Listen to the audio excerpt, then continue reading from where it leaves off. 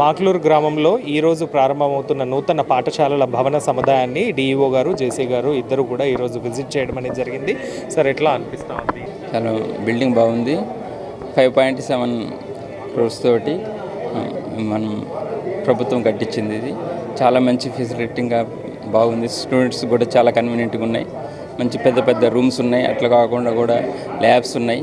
Labs కాకుండా library room, dining hall అన్నీ కూడా చాలా మంచి కన్వీనియంట్గా విశాలంగా కట్టేయడం జరిగింది. గ్రామ ప్రజల కంటే ఎవరైనా ఇదే విధంగా ఊర్లో కనుక మంచిగా డెవలప్ అయిన వాళ్ళు ఉంటే కనుక ప్రవాస భారతీయులు ఉన్నా కానీ వాళ్ళు ఇట్లా విలేజ్ డెవలప్మెంట్ కోసం కానీ స్కూల్ డెవలప్మెంట్ కోసం కానీ కొంత విరాళాలు ఇస్తే మంచిగా ఉంటుందని చెప్తుంది.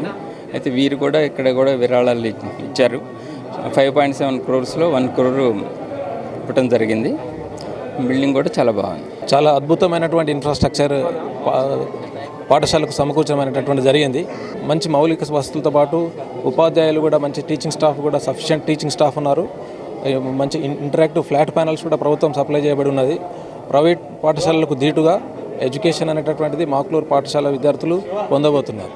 ఇంత మంచి స్కూల్స్ అనేది అందుబాటులోకి వస్తూ ఉన్నాయి గ్రామ ప్రజలకు. మీకు యాజ్ ఎ డిఈఓగా మీకు ఎట్లా అనిపించింది? ఓకే, చాలా ఆనందంగా ఉంది. క్వాలిటీ కూడా ఎన్షూర్ చేయడానికి కోసం ప్రయత్నం చేస్తాము. ప్రభుత్వం కూడా డిజిటల్ ఎడ్యుకేషన్ కోసం ప్రయారిటీ ఇస్తున్నది. దేశంలో ఎక్కడ లేని విధంగా మన రాష్ట్రంలో ఆర్టిఫిషియల్ ఇంటెలిజెన్స్ని ఇంటిగ్రేట్ చేస్తూ ప్రభుత్వ విద్యార్థులకు మంచి సౌకర్యాలు ప్రభుత్వం కల్పించడం అనేటటువంటి జరిగింది. అన్నింట్లో కూడా పిల్లలందరిలో స్కిల్స్ డెవలప్ చేసేటట్లు ప్రయత్నం చేస్తాం.